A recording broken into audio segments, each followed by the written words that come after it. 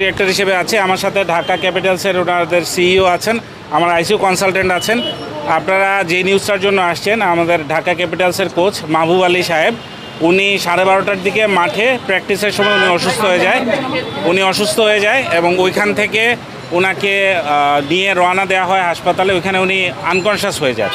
So ওইখান থেকে ওনাকে সিপিআর স্টার্ট করা হয়। ওনার কার্ডিয়াক ইস্যুস ছিল, সো গাড়িতে ওনাকে সিপিআর কন্টিনিউ করা হয়। বাট আনফর্চুনেটলি গাড়িতেই ওনার পালসটা আর পাওয়া যায় নাই। সো আমাদের এখানে যখন নিয়ে আসা হয়, আমরা ইমার্জেন্সিতে প্রথমে সিপিআর দিই, তারপরে আইসিইউতে নিয়ে যাই। ওইখানে আমাদের প্রোটোকল অনুযায়ী যা যা চেষ্টা করার দরকার সবটুকুই এখানে করা হয়েছে। বাট আনফর্চুনেটলি ওনাকে আমরা রাখতে পারি নাই। উনি 1:15 দিকে ইন্তেকাল করছেন। Probably in the vehicle, in the ambulance while transferring the patient to the hospital. এটা পরবর্তীতে আপনারা বিসিবি থেকে জেনে নেবেন। ওইখান থেকে একটা জানাজা অ্যারেঞ্জমেন্ট মনে হয় করা হচ্ছে। সো আপনারা কাইন্ডলি যদি ফার্দার বিপিএল গভর্নিং বডি বা ওনাদের মিডিয়া উইংয়ের সাথে যোগাযোগ করেন, আপনারা ফার্দার ডিটেলসগুলো পেয়ে যাবেন।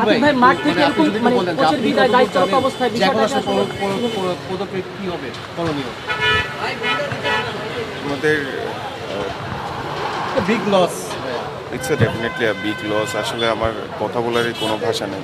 খুব অল্প দিনের জন্য যদিও আমরা পরিচিত হয়েছিলাম, কিন্তু আমাদের উনি একজন ফ্যামিলি মেম্বার হিসেবে হয়ে গিয়েছেন আর কি। গতকাল রাতেও আমরা যখন ডিনার প্রোগ্রাম নিয়েছিলাম, খুবই হাস্যোজ্জ্বল ছিল, সব কিছুই ঠিক ছিল। ইভেন মর্নিংয়ে যখন খেলার আগে আমরা প্র্যাকটিস করতেছিলাম, তখনও দেখবেন উনি বেশ হাস্যোজ্জ্বল সিচুয়েশনেই ছিল। আউট অফ নোওয়্যার উনার হঠাৎ করে খারাপ লেগেছে। উনি আমাদের একজন স্টাফকে বলছে যে আমাকে একটু ধরো, তো তখন আসলে উনি তখন সেন্সলেস হয়ে যায় আর কি। পরের থেকেই তো আমরা দ্রুত বিসিবি অনেক সাপোর্ট দিয়েছে, ইমার্জেন্সি অ্যাম্বুলেন্স অ্যারেঞ্জ করে হসপিটালে পাঠিয়ে দিয়েছেন। তারপরে এই হসপিটাল ওনারাও বেশ চেষ্টা করেছেন, কিন্তু আনফর্চুনেটলি আসলে মৃত্যুটা এমন যেটা আসলে কারো হাতে নেই। Acnol Advanced Hygiene Soapের ন্যাচারাল ব্যাকটেরিয়ালাইসিস টেকনোলজি জীবাণু থেকে দেয় 99.99% protection. Acnol advanced hygiene soap, এবার জীবাণু ধুলাবালি ঘাম ক্লিন বোল্ড। তো উনি ফিজিক্যালি আমাদের থেকে চলে গিয়েছেন, কিন্তু পুরা সিজন জুড়ে ওনার স্পিরিট আমাদের সাথে থাকবে।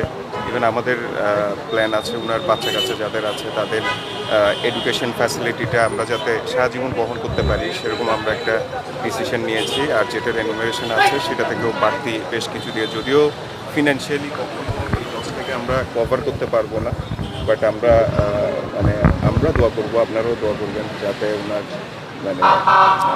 মৃত্যু পরবর্তী সময়টা অনেক ইজি। ওনার পরিবার থেকে কেউ আসছে কিনা?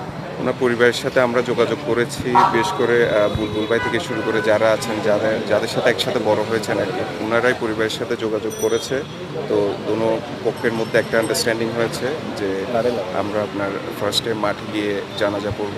হসপিটাল কর্তৃপক্ষ একটা সার্ভিস আছে যেটা সবার জন্য উন্মুক্ত। ওনারা মারা গেলে যে প্রসিডিউরগুলো আছে ওনারা খুব সুন্দর করে এগুলো শেষ করে দিয়ে আমাদেরকে মাঠে পৌঁছে দিবে আর কি। এখানে প্রথম জানাজা নিয়ে কোনো কি পরিকল্পনা হয়েছে? কখন হতে পারে এটার এক্স্যাক্টলি টাইম আমি আসলে জানা নেই, তবে এখান থেকে যখন আপনার প্রসিডিউরটা শেষ হবে তখন ওনারা ট্রান্সফার করে দেবেন। আপনাদের কাছে একটা রিকোয়েস্ট থাকবে, একটা সেকেন্ড, আপনাদের কাছে একটা আর্নেস্ট রিকোয়েস্ট থাকবে। হসপিটালে অনেক রুগী, সো আপনারা যদি কাইন্ডলি আমাদের প্রেমিসিসটা একটু ফ্রি করে দেন, সবার জন্য খুব কমফোর্টেবল হয়। আমার পুরো নাম হচ্ছে ডাক্তার নাহিয়ান আহমেদ চৌধুরী। আমি এখানে মেডিকেল সার্ভিসেস ডিরেক্টর হিসেবে আছি। Thank you.